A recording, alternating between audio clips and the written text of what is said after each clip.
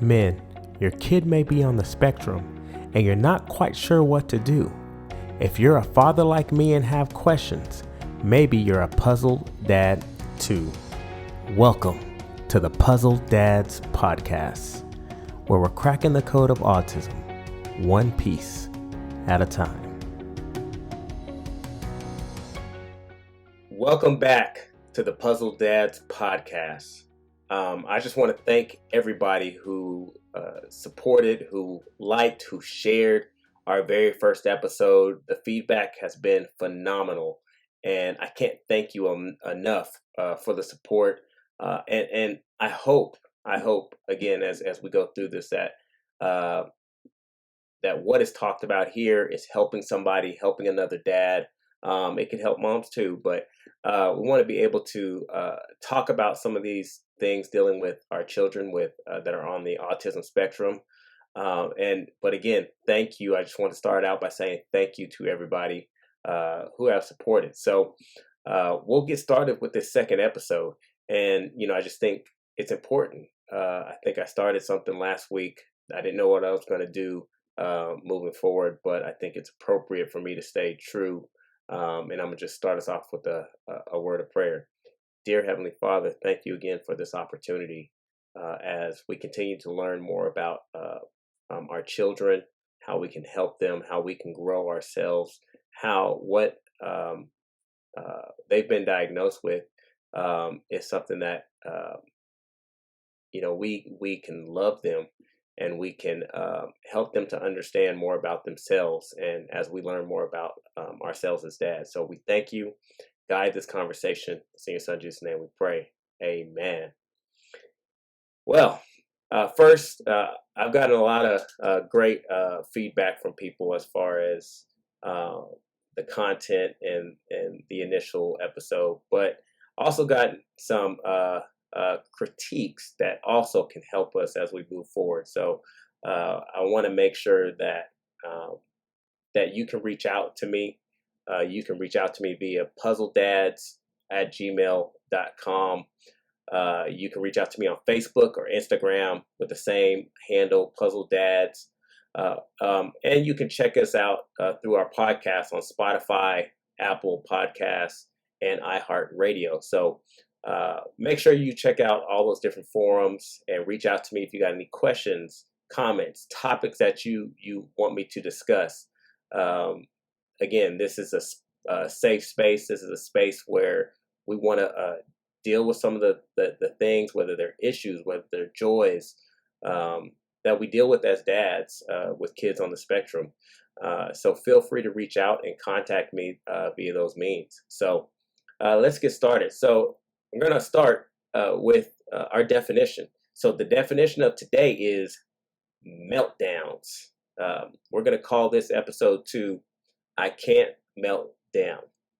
So let me give you the definition of a meltdown. A meltdown is an intense response to an overwhelming situation. It happens when someone becomes completely overwhelmed by their current situation and temporarily loses control of their behavior. This loss of control can be expressed verbally. Some examples are shouting, screaming, crying. They can be expressed physically, kicking, lashing out, biting, or they can be expressed in both ways, as we'll talk about here in a second. One thing that I want us to understand is a meltdown is different from a tantrum. And I'll talk about that a little bit more as we continue to progress. But we're going to talk about meltdowns today. So I got to give you the disclaimer. I am not an expert in autism. I'm not. I am just a dad who is an expert in his son who happens to have autism. So as I talk to you through these podcasts and these different episodes, I'm talking purely from my experience. And your experience may be a little different, but we also may have some similarities too. So, just know I am still learning about having a child on the spectrum. I am still learning about different facets of autism. I'm still growing in that area. So just know uh, I'm no more knowledgeable than anybody who may be listening or watching, and I am growing with you. So I just had to put that disclaimer out there. So I like to start off with a little story since we're talking about meltdowns. One story in particular stands out to me. So my wife's grandmother passed away, kind of unexpectedly, and so she had to travel to Tennessee, to help with the family, to kind of get things together. So it was just me and uh, my 2 to 3 year old son, right?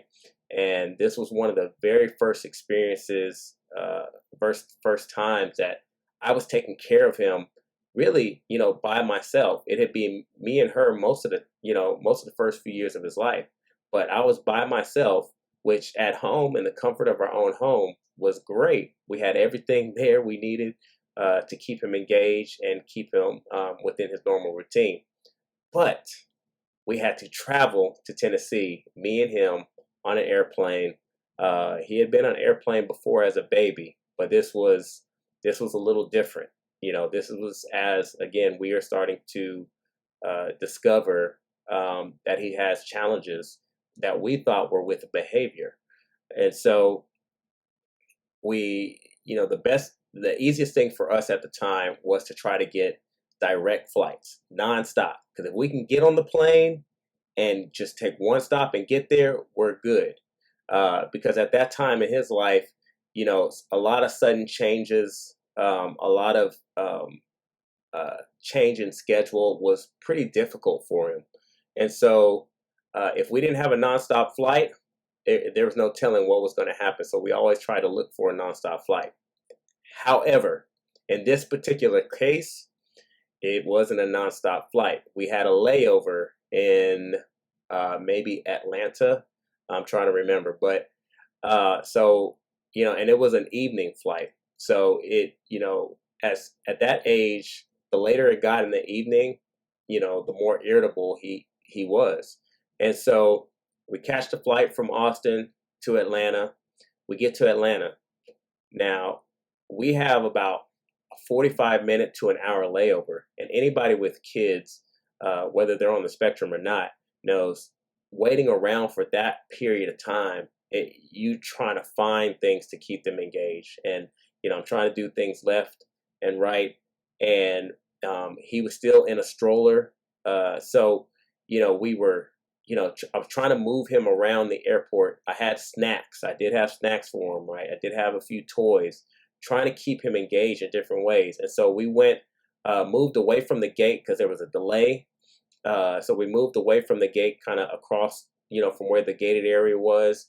And then it was maybe about 15 minutes, but we were about to board. They made the announcement, finally, it is time for you to board your flight to Nashville, Tennessee. So I try to get my son to say, Jamar, come on, it's time for us to go, or whatever. And my son is just like me. He's independent. He wants to do things for himself, even to this day, right? He wants to try it for himself, no matter how hard it is. And his little 3-year-old self wanted to push the stroller that he couldn't even reach. He could barely reach. And if he tries to push it, it's going to fall back over. And so I'm trying to get them together. Jamar, come on, it's time to go. Let daddy push the stroller. And from there, he just went, he just started melting down. He started, crying and saying no and getting louder and louder and louder. And one thing as parents with a child on the spectrum, there's two type of different reactions that there are several reactions that can happen, right? In the moment, we can stay calm, we can get frustrated. There's a level of embarrassment, if we're going to be honest. There's a level of embarrassment because our child, we've grown up when we see that child in the store, see that child in church or in public that's throwing a tantrum, and that parent can't get them together. And so that is a tough thing that we have to try to work through is that level of embarrassment that sometimes we get when our child's going through a meltdown. And for me in that moment, it was like, okay, I can feel embarrassed and try to discipline or something like that, because this is before his diagnosis. I could try to discipline, or I could try to stay calm. And that was the moment that I realized, okay, I need to try to be a little calmer and not worry about the people around me, right? And not be looking around like, who's looking at me, this dad, because I in the moment, and I'm gonna be vulnerable. I didn't want to feel like, because I'm a very engaged dad. I did not want to feel like, you know, man, that dad over there, he can't handle his son. I didn't want to feel that way. And that's what rose up in me when initially that started to happen. But I had to get myself together and realize, okay, I need to focus on him. I need to focus on how do we get him calm and get him on the plane, right? And because it wasn't just he wanted to push the stroller, he didn't even want me to help him push the stroller.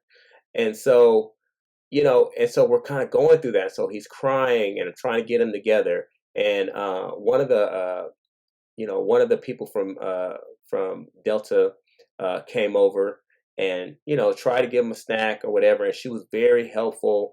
And even one of the another parent had some snacks for their kids, and in the middle of that, gave him some snack, and it helped him to calm down.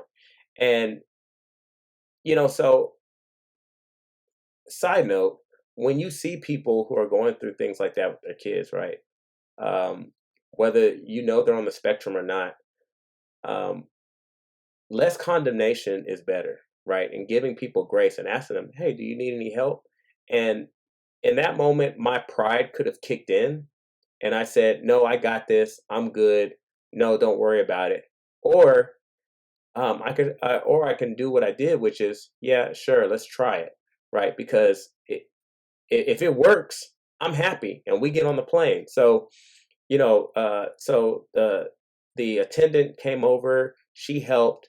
We got over towards the gate, and he was starting to settle. One of the parents gave him a couple snacks that helped, and then we got on the plane. Once we got on the plane, he was back calm. He was okay, and then we got to Tennessee, and that was a journey, right? But it also helped to show me that you know things like this are going to happen, and rather than trying to look at it as a negative, as far as why is he doing this and why is he bad and stuff like that, I needed to look at it, okay, how do I help him in these situations, right? And that's been part of the journey for these last 8 years, from that moment of trying to figure him out and trying to figure out how do I help and support him through some of these emotional reactions to different situations, right? So some of the things that happen when we talk about meltdowns are, uh, kids can have triggers, right? Certain things that trigger some of these emotional responses. Some things that can spark these things off. And for my son, those have changed over the years, right?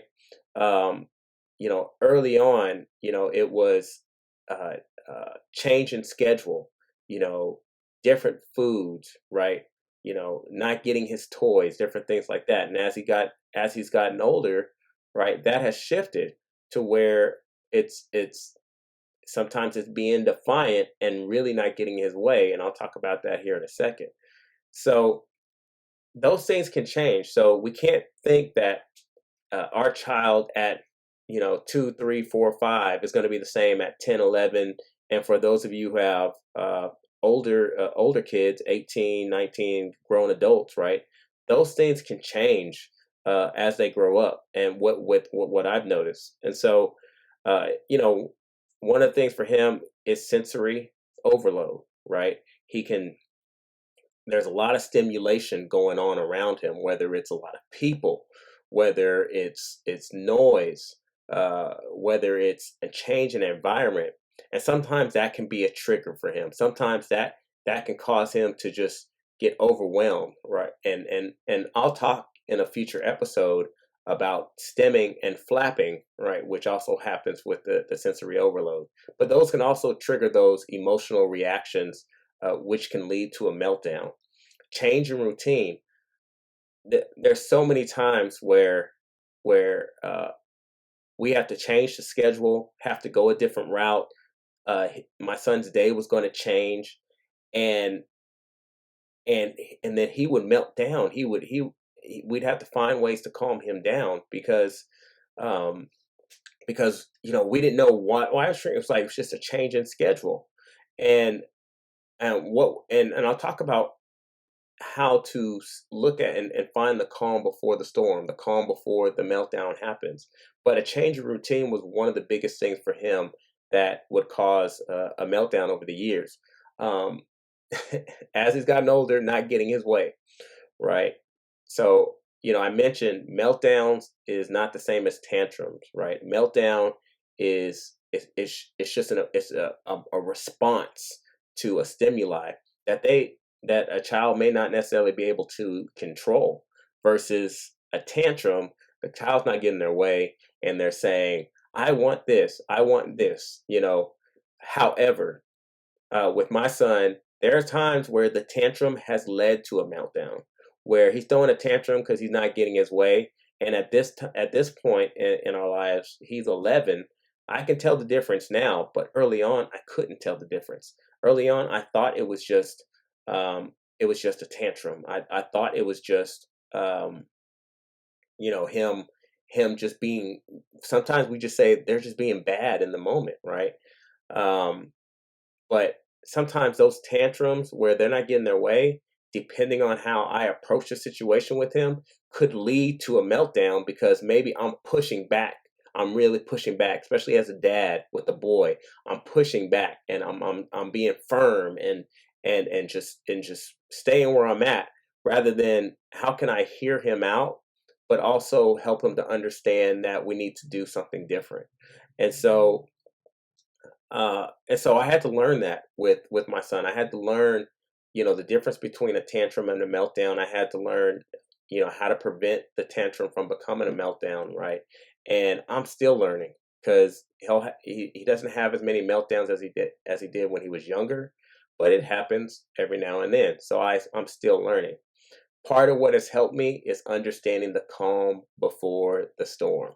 So, what's the calm before the storm from my vantage point? The calm before the storm is little things that start to happen where you start to see the emotion build in your child. You start to see them start to react differently, and and it builds and it builds, and then it starts getting more intense, and then it can go from 0 to 100 that quick, and then all of a sudden, now they're in full out meltdown mode where they're not able to really hear you.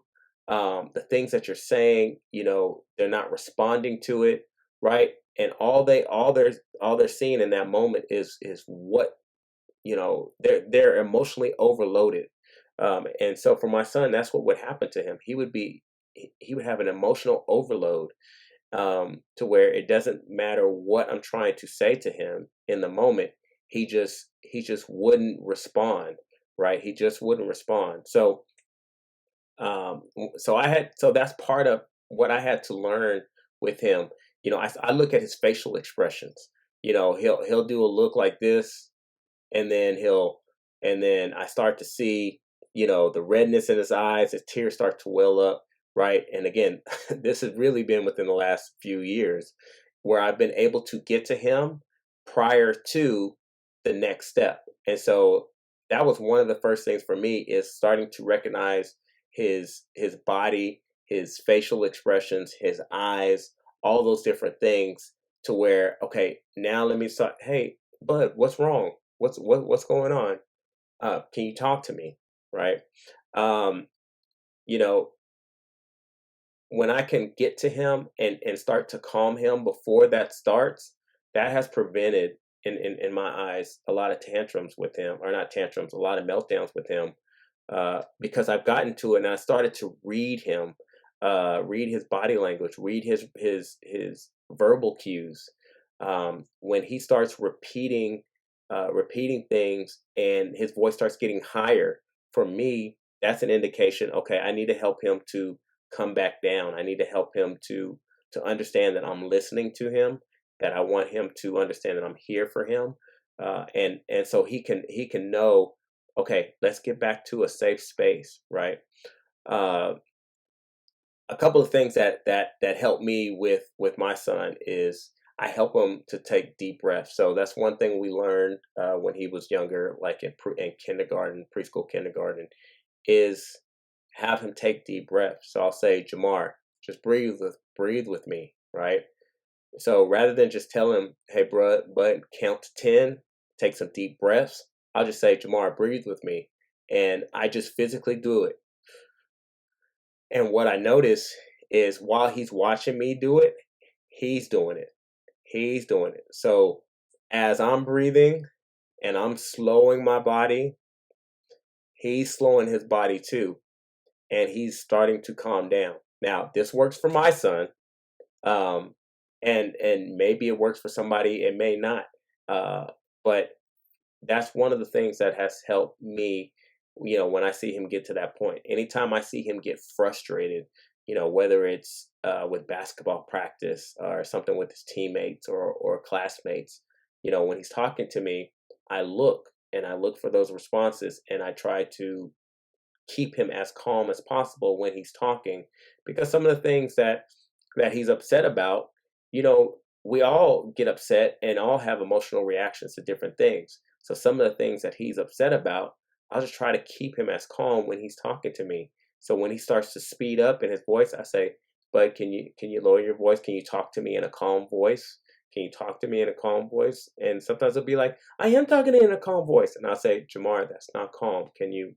I'm right here. I'm listening. Can you talk to me in a calm voice? Do we need to breathe?"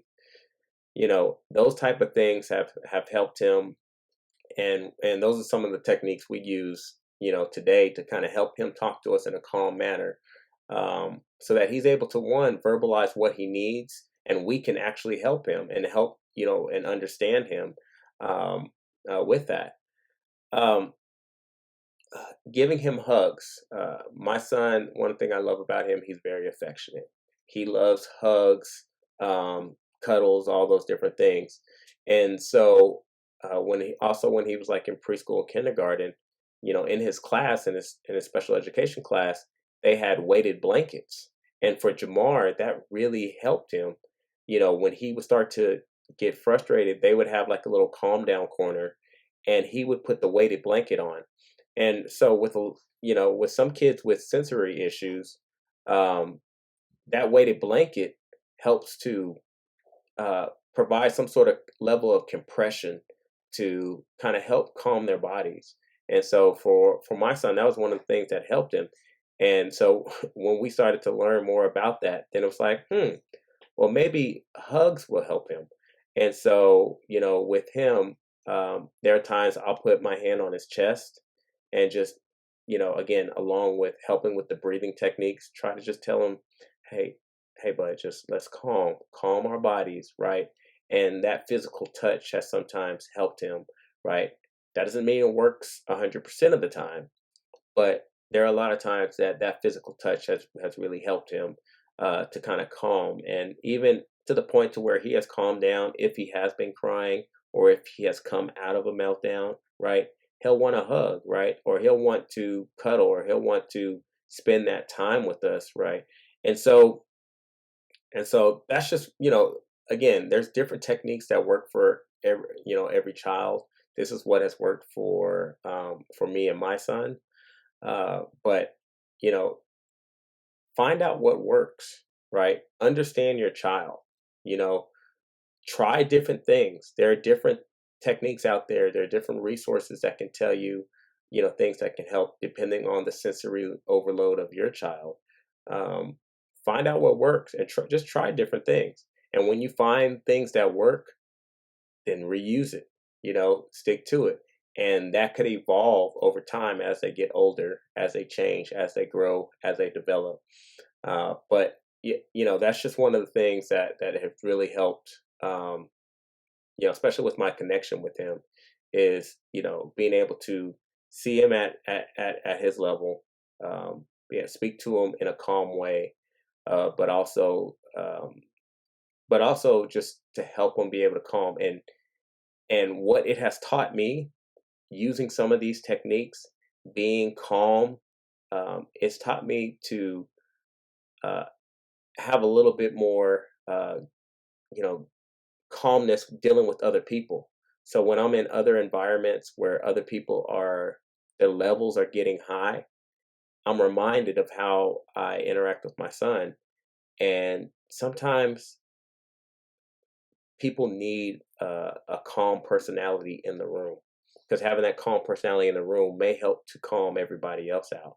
And so that's one of the things that, I've been able to take out of my interaction with him into other pieces of my life, whether it's at work, whether it's just outside of our house, whether it's, in refereeing basketball. It's just staying calm in the midst of everything, that's all the emotion that's going on around you. So, man, this was a great session for me. Because this is one of the things that as dads, sometimes it's hard to deal with when we see our child, melting down and we don't know what to do. Right? This can be hard, but I just want you all to know that you're not alone. That we all go through these different experiences. Feel free to either reach out to me via email, puzzledads@gmail.com, Instagram, Facebook. If you want to comment on the YouTube page, on the podcast, just let me know what your story is. Let me know some experiences that you have, so we can continue this conversation and support one another as dads, to know that we're not alone, that we all may go through it. But man, this has just been great, and I look forward to the future episodes as we talk about more of this. And I'm thinking about some of the different stories that I could talk about now dealing with meltdowns, but they'll be tied to other topics that we're going to talk about in the future. I want to highlight this shirt. If you like this shirt, you can go to touchoftiffany'sdesign.com. I'll put the link in the description page, and so that you can click on the link if you want to help support Touch of Tiffany's design. And then look for autism awareness under her products if you want. But I'll give you the exact link to the shirt. So thank you, Tiffany, for our shirts. And just thank you for tuning in. Thank you for supporting. Again, share this with people you know. Share this with other dads that you know.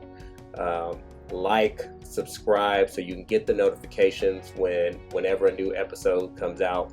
And we're going to continue to drive the conversation as men around being a puzzle dad. So just remember, we are cracking the code of autism one piece at a time. Have a blessed day, and I look forward to talking to you later. I hope you enjoyed listening to the Puzzle Dads podcast with me as your host, Jamar Whitehurst.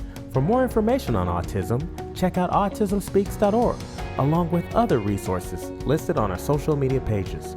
Don't forget to leave a review and follow us on Facebook, YouTube, and subscribe to this podcast on your favorite streaming platforms such as Spotify and Apple Music. Remember, Puzzle Dads, to keep cracking that code, because God has a plan for each of us and our children. Have a blessed day.